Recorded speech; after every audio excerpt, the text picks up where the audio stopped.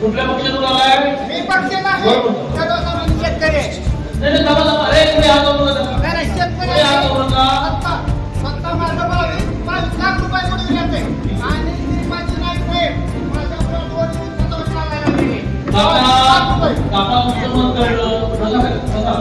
केंद्र सरकार